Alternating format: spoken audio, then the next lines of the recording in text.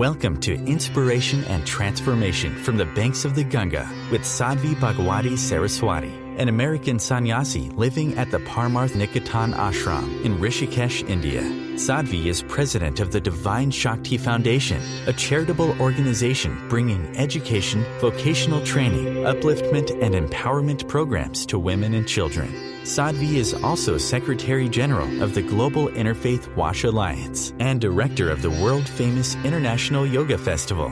Join the musings of an American sannyasi as Sadhvi shares the wisdom and teachings of her guru, His Holiness Pujya Swami Chidanand Saraswatiji.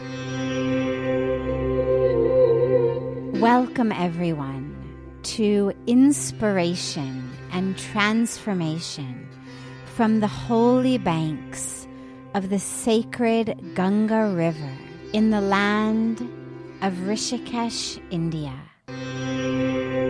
I do not know the true meaning of love. I'm in a relationship and I want the best for her, but I sometimes end up arguing with her. Is arguing a part of love? So, it depends. Typically, no. But of course, even in the scriptures, we have beautiful, beautiful stories of devotees arguing with God.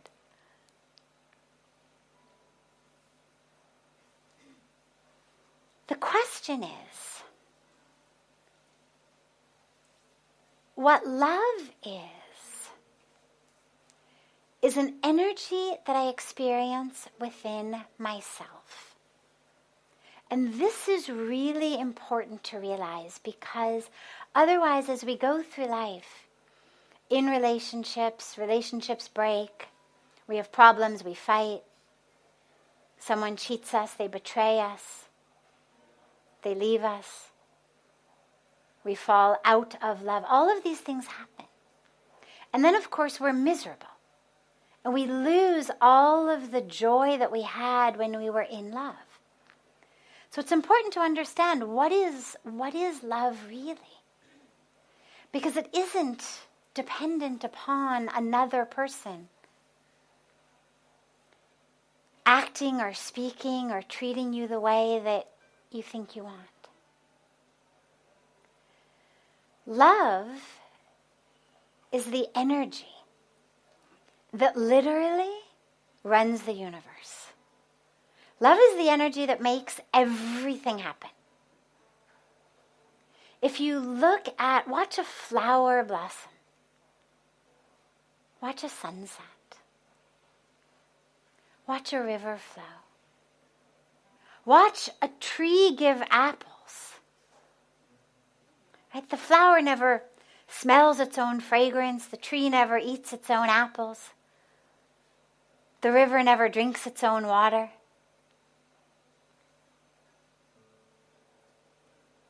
Love is the nature of the universe that just keeps giving and giving and giving out of love. So love is the energy. And love is the energy, by the way, that keeps us existing. On every level. As children, there is a disease, actually, that kids can have called failure to thrive, which is a medical illness. And it's a disease of children who are not malnourished. They're not physically sick. There's nothing actually wrong with them. They don't have any nutritional deficits. But they just don't grow. And it took doctors a very long time to realize that actually what was happening with these kids is they weren't being held. They weren't being loved. And that literally the absence of love, even with full nutrition, clothes, roofs, beds, whatever you need physically to live, nonetheless the body didn't grow. And so love is literally the energy that we need. And even once we've grown, we need it. You look around, you think how much people do just so that someone will love them. Right? We were talking last night about all of the illusions we have, the mistakes we make about whether we have to be beautiful or rich or this possession or this title or that cream, just so that I can be worthy of love. So love is the energy that we all need. And yet, we mistake it. We think of love actually as that which I experience when someone fills my holes. And the dilemma with that is it's very temporary. So if I'm moving through the world with an experience of, let's say I feel worthless, or I feel stupid, or I feel ugly, or I feel all of these things, and someone comes into my life and they say, oh my God, you are the most beautiful being in the universe. You are the most important, best, amazing creature on earth. Well, suddenly I no longer feel those holes. Suddenly all of what felt like holes that I was moving through the world with, and this person says, you're brilliant. Well, I'm no longer feeling the holes. The dilemma comes with that type of relationship that isn't real love, is that as time goes, people change. My holes change. My needs change as I grow, as I evolve, as I mature. What I needed moving through the world at 14 years old was very different from moving through the world at 24 or 44. If we're doing any emotional or spiritual evolvement at all, we're going to change. And of course, the other person's going to change. And so where in the beginning, he or she may have said, oh, God, you are so beautiful, you're so brilliant, you're everything. Well, maybe their vision of beauty and brilliance and everything changes. Now suddenly they're no longer filling my holes. Now I don't feel the love. Now I become miserable. Now we fight. What happened to you? And this is where understanding love is so important. Love isn't in the other person. Love is in you. The other person is a catalyst. There was a beautiful young boy here several years ago from London. He was 7 or 8 at the time. And after he'd been here for a week, he says to his mom, he says, it feels like someone has reached into my heart and turned the switch from off to on. You think, God, where do these kids come up with that? I mean, so perfect. So that's what happens. Someone, some experience, some relationship switches your heart switch from off to on. It starts that internal love manufacturing plant that had been dormant for a while. And now suddenly in this person's presence, after that experience, that manufacturing plant is on in full swing. Manufacturing lots of love. And that's beautiful. And that's where we feel so great. People who are in love are the best people in the world to be around. Even if you're not the one they're in love with, it doesn't matter. They're nicer. They're more helpful. They're bigger tippers in restaurants, right? In the workplace, they're the ones offering to do other people's work. Yeah, sure, no problem. Go for lunch. I'll do it. They're just in general. And this is where kiddingly people say, oh, what happened to you, right? Because we sense it. We know this person is in love. It's that extraordinary energy. But it exists within you. And so when we speak about unconditional love, real love, what it means is that I am experiencing the presence of love in me through you. And that what I love in you, that experience, is my soul connecting to your soul, my spirit to your spirit, my essence to your essence. If it's just my body to your body, it's lust. If it's my needs to how you fulfill them, that's what we call a business arrangement. That's a contract. That's not love. So love isn't about what someone says or does. It's about who they are. And so if you find that your love for someone is going up and down based on how they speak to you, how they act, doesn't mean you have to get out of the relationship, but it means you may want to drop a bit deeper.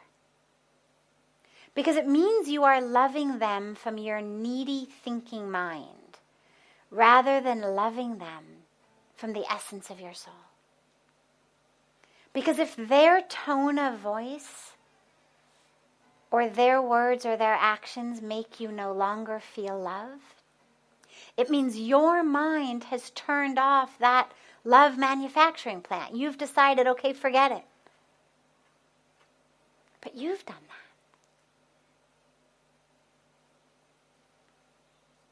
And so real love is, can you keep that love manufacturing plant on?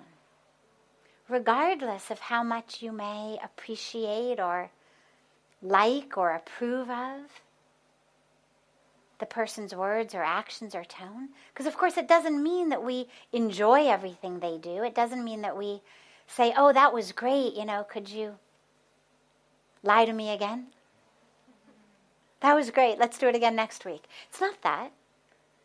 But it means that just because you have acted out of ignorance or fear or desire or ego doesn't mean that I'm going to shut off that manufacturing plant of the energy that I need more than anything in the world. So allow yourself to be in love. Even if the person who has turned that on for you turns out to be a liar, a cheater, a crook, and it turns out you're better off without them in your life, so be it. But you can still feel love. The fact that they turned out to be a liar or a cheater or a crook doesn't mean that you should now deprive yourself of the experience of love. Because remember, that experience is within you. It's not in them. They've catalyzed it, yes, but it exists within you.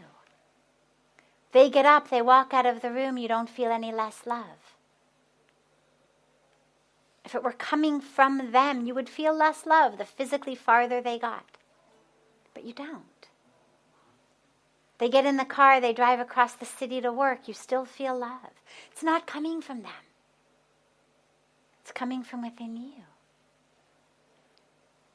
And so thank them, regardless of what a crook they may have turned out to be. Because for whatever divine reason, they turned on your internal love manufacturing plant. But now that it's on, recognize that. That is your gift to yourself. Keep producing it. Not for them, but produce it in general. Love the sunset. Love the tree. Love babies. Love anything. I mean, when we get hurt, it's very hard sometimes to immediately open our hearts to another being again. It's all right. Love a tree.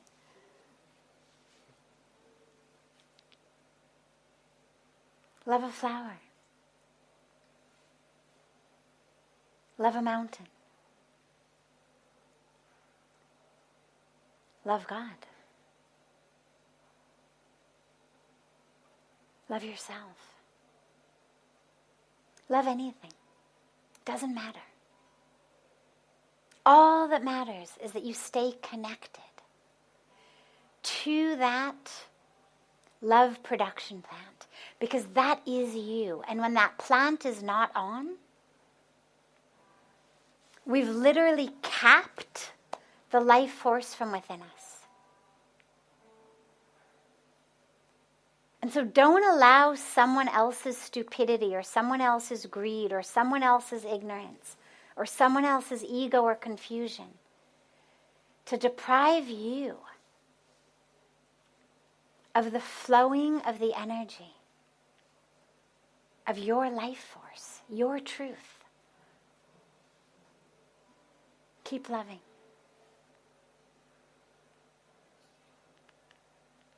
And if you find that you're arguing, ask yourself, is it worth it? Is it really worth whatever we're arguing about? Is it really worth not feeling love in this moment? Because it's hard to feel anger and love at the same time. Not impossible, just challenging. So ask yourself, when you're feeling anger, when you're feeling frustration, ask yourself, is it worth it? My dad is a divorce attorney and has spent 40 years, 50 years divorcing people. And he's a very wise man and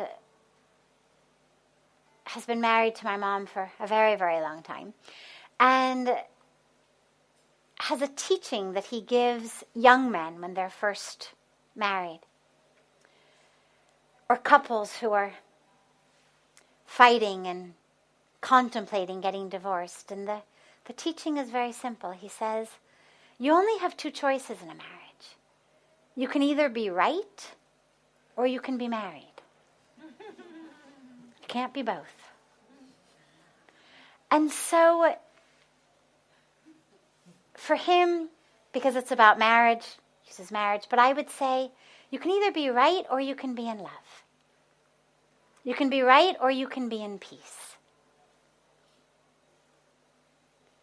And so with each argument, ask yourself, is it worth it? Is it really worth consciously, deliberately dropping out of love in this moment? Dropping out of peace in this moment? Is it worth it? Is whatever we're fighting about really worth it? Usually it's not. And realize that regardless of what the other person has said or done, you have the opportunity every moment to choose love. Doesn't necessarily have to be love for that person. It can be love for yourself, for your capital S self that's evolving and expanding and deepening and realizing. Can be love for the beautiful flower in the plant next to you while you're having a fight with somebody who's trying to pull you out of love into anger. Do whatever you need to do in that moment to drop back into love. Just choose love. And eventually you'll be able to feel it back for that person again. But if you can't feel it for them in that moment, close your eyes. Feel it for anyone. Feel it for anything. Just choose love in that moment. Don't allow the anger to pull you out of it. Don't allow it to pull you out of peace or pull you out of truth. Because anger becomes like looking at the world through one of those, toilet paper tubes or paper towel tubes. It's just like all you can see is that tiny little vision. It narrows our vision. Don't allow that to happen. The point is expansion, not contraction. You're listening to OTR FM, part of the IOM radio network. Being a radio host on IOM FM allows you to build your show on a rich platform with the power of the Internet to fulfill your outreach goals and connect with a very specialized and global online audience, unlimited by time and distance. OMTimes Radio will provide you with web relevance, a recognizable conscious brand, and with the standard of excellence that has accompanied every single Circle of Hearts Radio is a sanctuary on the airwaves. Join me, Grandmother Elia, in the circle on Sunday 2 p.m. Eastern as I share information to both enlighten and nourish your soul. Hi, this is Christina Ricci with RAIN. Every 2 minutes, another American is sexually assaulted. If you or someone you know has been sexually assaulted, you are not alone. Help is just a call or click away through the National Sexual Assault Hotline. Please call 1-800-656-HOPE, that's HOPE, or visit RAIN.org, that's RAINN.org. Brought to you by RAIN and this station. Welcome back to Inspiration and Transformation. I'm so glad to have you all back here with me.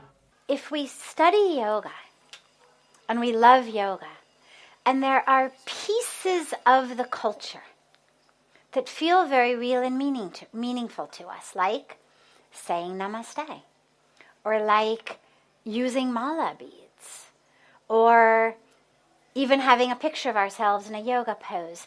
But are those things that we shouldn't be doing unless we are full-fledged Hindu Indians? Is it cultural appropriation otherwise? Can you maintain your own religion and still say namaste and use mala beads and other aspects of yoga without feeling badly? Of course. Of course. Look, just as many people who point the finger that way point it the other way, which is why I wasn't sure which way you were asking. Because, of course, as many people as who say, oh, you shouldn't appropriate these aspects of the culture, are people who say, well, it's not really yoga unless you say namaste and use mala beads and all of that. So it's people everywhere are tragically, and it's not by any means only in the world of yoga. What's tragic is that it is also in the world of yoga. We expect it in some other areas. We would like not to expect it in the world of yoga. But here's the thing. Yoga comes out of a religious tradition that is called Sanatana Dharma. Okay? I'm not going to go into a full history here, but the word Hindu is not a word given to the religion actually by the practitioners of it. Okay? It's a word that was given about the people of an Indus Valley civilization who lived on the banks of the Sindhu River by people who couldn't say S and so who said H, or in India they say H. So they said Hindu instead of Sindhu. And so the people on the banks of the Sindhu River became the Hindus. Sanatana Dharma literally means an eternal way of life. Now, if it's eternal by time, no beginning, no end, it also has to be eternal by space. If something is really eternal, it doesn't just mean it exists right here in this square foot of space from beginning to end. If it's really eternal, it's an omnipresent, never born, never dies, ever present, everywhere way of life, Dharma. Now, that is not about where you were born. It is not about the color of your skin. It is not about which name or form you worship the divine in. But it is about some very core truths. Now, if you asked 10 Hindus what are the core tenets of Hinduism, you'd get 10 different answers, which is the beauty of the Hindu tradition. But there are some that are pretty much always agreed upon that have to do, for example, with the idea of the presence of the divine in the creation. And so in all of our worship ceremonies, for example, when we offer the 5 elements, right, all of the pujas have fire, earth, typically in the form of flowers, air and ether, so you've got incense and you've frequently got, the waving of and water. Why do we offer the 5 elements? Because everything is made of the 5 elements, and it's a way of reminding us it's not that God needs our flowers, God gave us the flowers. It's not that God needs the water, God gave us the water. We offer them to remind us, oh yeah, these elements are sacred. Which then, of course, means, oh yeah, everything is sacred. So that's a pretty universally agreed upon core tenet of Sanatana Dharma. Another is that there are an innumerable different ways to worship God. Non-violence, truthfulness, right? You look at the yamas and the niyamas of yoga, they could pretty much be the 10 commandments of Sanatana Dharma. Now I mention that right here because to use prayer beads, mala, to say namaste, namaste literally means the divine in me bows to the divine in you. That is beautiful. But it requires a belief, that the core of who I am is divine, and also that the core of who you are is divine, which means by default that you and I are one. If what's inside me is the same as what's inside you, which is the divine, which is infinite, then we must be one. If you believe, subscribe to, are committed to these tenets, these truths, by all means incorporate them in your life. But don't let them be accessories. And that's an important distinction between, I would say, the cultural appropriation and the embrace of a culture that really is universal. If it speaks to you in truth, and it is a truth that you will live and walk, whether you are Christian or Jewish or Muslim or atheist or agnostic, whatever you may be. Because these tenets, of course, apply. It doesn't matter what your religion is. There's no tenet of Sanatana Dharma that says thou shalt worship the divine by this name or this form or this way. But there does have to be, if you're going to use them. So for example, our mala beads are used to take the name of God. So if taking the name of God on prayer beads speaks to you, use them. If when you say namaste, you are connecting the divine within you to the divine within that person, either successfully or in an attempt to be successful. It's not that you have to be there before you can use it. By doing it, it reminds us. That's wonderful. But if yoga is just physical exercise for you, and it's just about a trend, and it's just about being in shape, and there's no internal connection within you to the truth of a tradition that says it's all God, it's all sacred, it's why I bow to it all, I mean, we bow to the trees. We bow to the tulsi plant before we pluck a leaf. We don't pluck flowers in the night because they're sleeping. Really? Yeah, I mean, it's incredibly beautiful, tiny little aspects of the culture. If they speak to you, absolutely. Use them, embrace them, appropriate them. No problem, make them yours. It is a universal tradition. But there also is a tendency to use them simply as accessories. Try to avoid that because it's not in the service of your truth.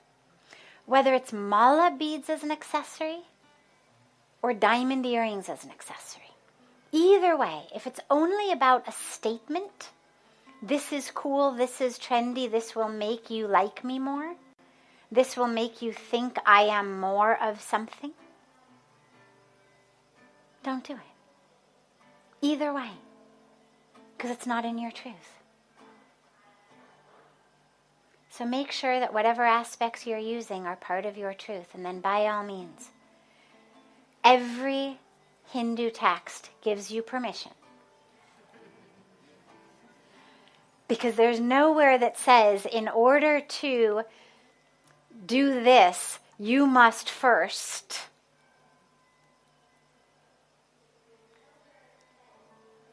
believe that.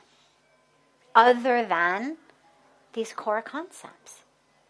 If you are really able to take all 10 of the yamas and the niyamas, if that's the beginning and end of Sanatan Dharma, spiritual philosophy that you know, but you can really live them on the deepest, corest, fullest level, then it's a practice of yoga. And yoga's union. And if mala beads help you unite, fantastic. If bowing to the divine in others with namaste helps you unite and remember rather than, high-fiving, fantastic. This is OTR-FM, part of the IOM radio network. OMTimes Magazine is one of the leading online content providers of positivity, wellness, and personal empowerment. A philanthropic organization, their net proceeds are funneled to support worldwide charity initiatives via Humanity Healing International. Through their commitment to creating community and providing conscious content, they aspire to uplift humanity on a global scale. OMTimes, co-creating a more conscious lifestyle. Do you have time to read that inspiring book or that blog post you've been meaning to get to? In your busy world, how do you improve yourself and keep your life going? I'm Lisa Kay, and my Between Heaven and Earth radio show can transform your life just by listening. Be uplifted with inspiring topics, positive stories, and ideas that really work. Between Heaven and Earth Radio is conscious living for your soul, every Wednesday at 4 p.m. Eastern Time. Like Baldwin with People for the Ethical Treatment of Animals. I grew up loving circuses and other traveling animal shows, but it never occurred to me what life might be like for the animals. Training wild animals to do things they don't understand takes force. Routine discipline with a hook or whip with the heel of a boot shows the animal exactly who's the boss. Don't patronize animal acts. Please contact People for the Ethical Treatment of Animals. 757-622-PETA. Welcome back. This is Sadhvi Bhagawati Saraswati with inspiration and transformation. Loss is a part of life. That which is born will die.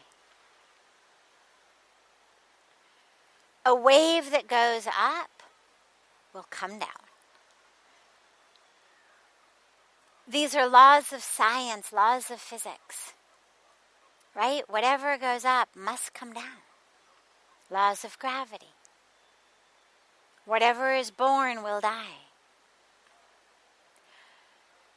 Loss is an inherent part of life. It's so difficult to deal with because we don't accept that it is an inherent part of life. And so every time we lose, not only are we sad to have lost, But there's also this sense of, I've been cheated. I somehow have been treated badly by the winds of fate. That somehow that which I've lost, or that whom I've lost, I shouldn't have lost. They should have somehow been mine for longer, as though these laws shouldn't apply to me. Or they should be somehow under my thumb. When I want it, when I say it's okay, then you can take my loved one away. When I say it's okay, then you can take away my money. When I say it's okay, then you can take away my health. As though somehow we were entitled to write our own laws of nature. The first way to deal with loss is simply to recognize it's an inherent part of life. Whatever we have, someday we won't have it. Whether it's our physical health, our beauty, our non-gray hair, our non-wrinkled faces, whether it's our jobs, our careers, whether it's our money, someday we won't have them. Either we will lose them before we die, or in the act of dying, we will lose them. There's only two ways for this to end. Either you lose it before you die, or as you die, you lose it. There's no other option. And so, when we really deeply accept that,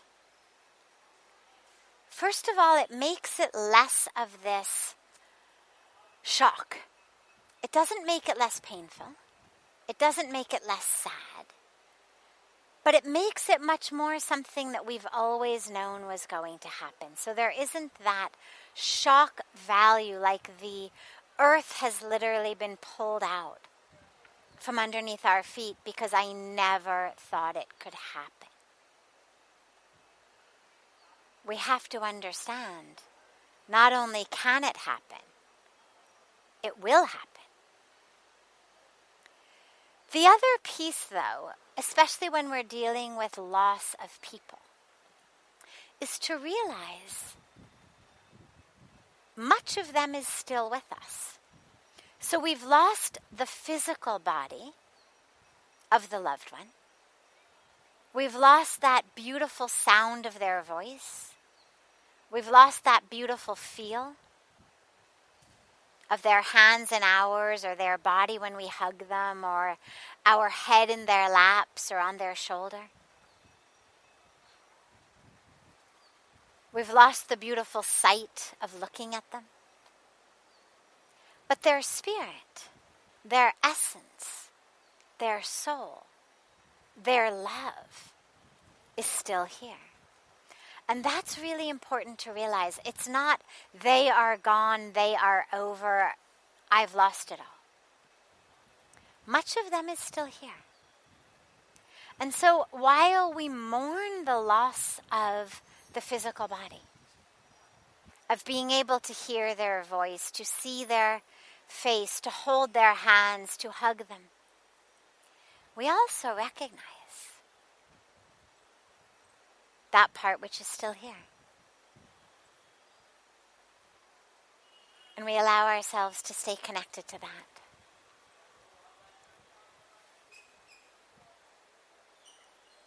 And with all of the rest, the money, the careers, recognize, not only are you always going to lose it, but it never really was yours, whatever it was.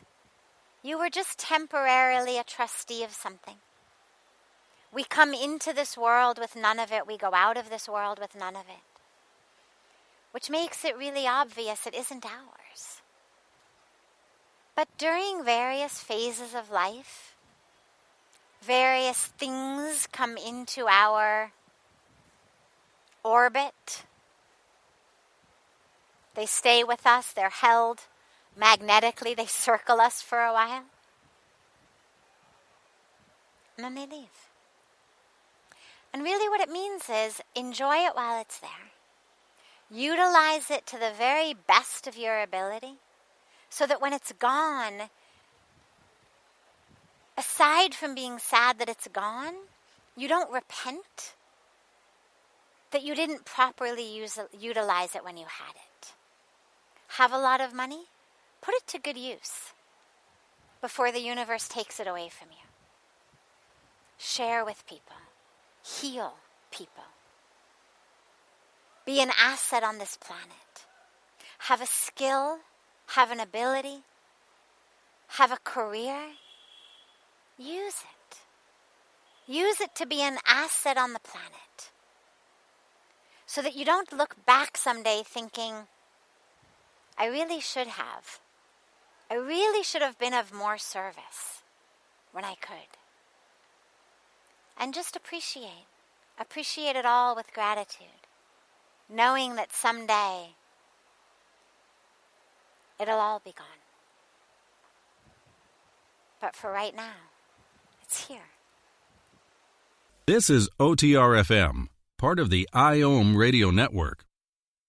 OMTimes magazine is one of the leading online content providers of positivity, wellness, and personal empowerment. A philanthropic organization, their net proceeds are funneled to support worldwide charity initiatives via Humanity Healing International. Through their commitment to creating community and providing conscious content, they aspire to uplift humanity on a global scale. OMTimes, co-creating a more conscious lifestyle. Do you have time to read that inspiring book or that blog post you've been meaning to get to? In your busy world, how do you improve yourself and keep your life going? I'm Lisa Kay, and my Between Heaven and Earth radio show can transform your life just by listening. Be uplifted with inspiring topics, positive stories, and ideas that really work. Between Heaven and Earth radio is conscious living for your soul, every Wednesday at 4 p.m. Eastern Time. Like Baldwin with People for the Ethical Treatment of Animals. I grew up loving circuses and other traveling animal shows, but it never occurred to me what life might be like for the animals. Training wild animals to do things they don't understand takes force. Routine discipline with a hook or whip with the heel of a boot shows the animal exactly who's the boss. Don't patronize animal acts. Please contact People for the Ethical Treatment of Animals. 757-622-PETA. Welcome back. This is Sadhvi Bhagawati Saraswati with Inspiration and Transformation. Tragically these days, with media being the way it is, and especially now with social media, media has always been about sensationalism. It's always been about scandals. That's what sells. But these days it's gotten worse. We also now, of course, have social media, which takes things like wildfire. And what you end up with is a situation where that which is negative gets much more play, much more highlight than that which is positive. Now, as the questioner raised about the Hare Krishna movement and there being scandals and difficulties and losing his or her faith in chanting the Hare Krishna mantra, don't. Everywhere in the world, and spirituality is no exception, people are people.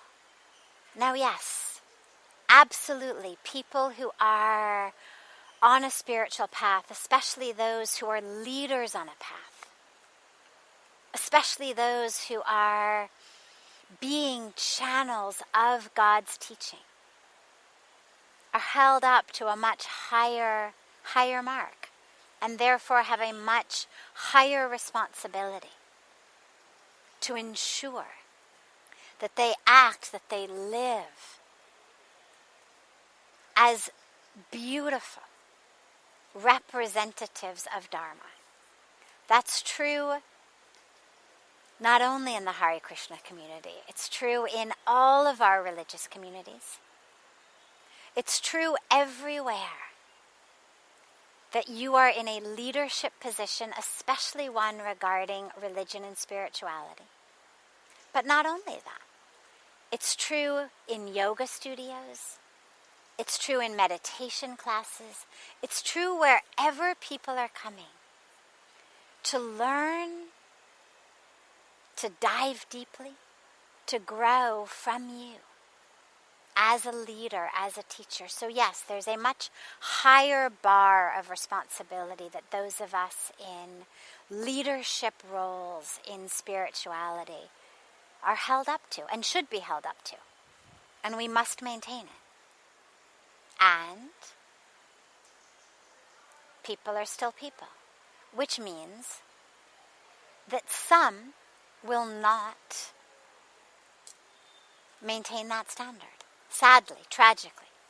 It shouldn't happen, but it does. And so across the world, across lineages, across traditions, across religions, there are scandals. There are stories of leaders not behaving the way that leaders should behave. Not behaving the way that people should behave, aside from leaders. Stories of leaders breaking vows, stories of leaders manipulating, stories of leaders abusing. And again, this is not limited to any lineage, tradition, or religion. It's everywhere. But here's what is essential. Number one, the teachings are not the teacher. I could have a beautiful book of the Bhagavad Gita, and there could be a flood in my house while I was away, or God forbid, a fire in my house while I was away, and that Gita could get full of water. It could burn. But that doesn't mean that the teachings of the Gita are any less powerful or real or transformative. It just means that the medium through which I was learning them has burnt or is full of water. It could fall. It could fall tragically, accidentally out of my hand into sewage. You could be walking down the street holding the Gita in your hands and accidentally you trip, you fall. It falls out of your hands. It falls into the gutter. It falls into sewage. Does that mean that Lord Krishna's teachings are any less powerful or real? Of course not. It just means that the medium through which I was learning them now has become burned, wet, soiled, dirty, whatever it may be. And that's true with the living teachers as well as it's true with just a physical book. If I was learning the Bhagavad Gita through a teacher, and it turned out that that teacher was not living the Gita, that doesn't mean that the teachings of the Gita are any less. It just means that the medium through which I was learning turned out to be not as pure and perfect as I had thought. And that's a tragedy. As I said, it shouldn't happen. But it does sometimes. And in my mind, I actually see this, along with being a tragedy on the part of the leaders, I see it actually as God's compassion.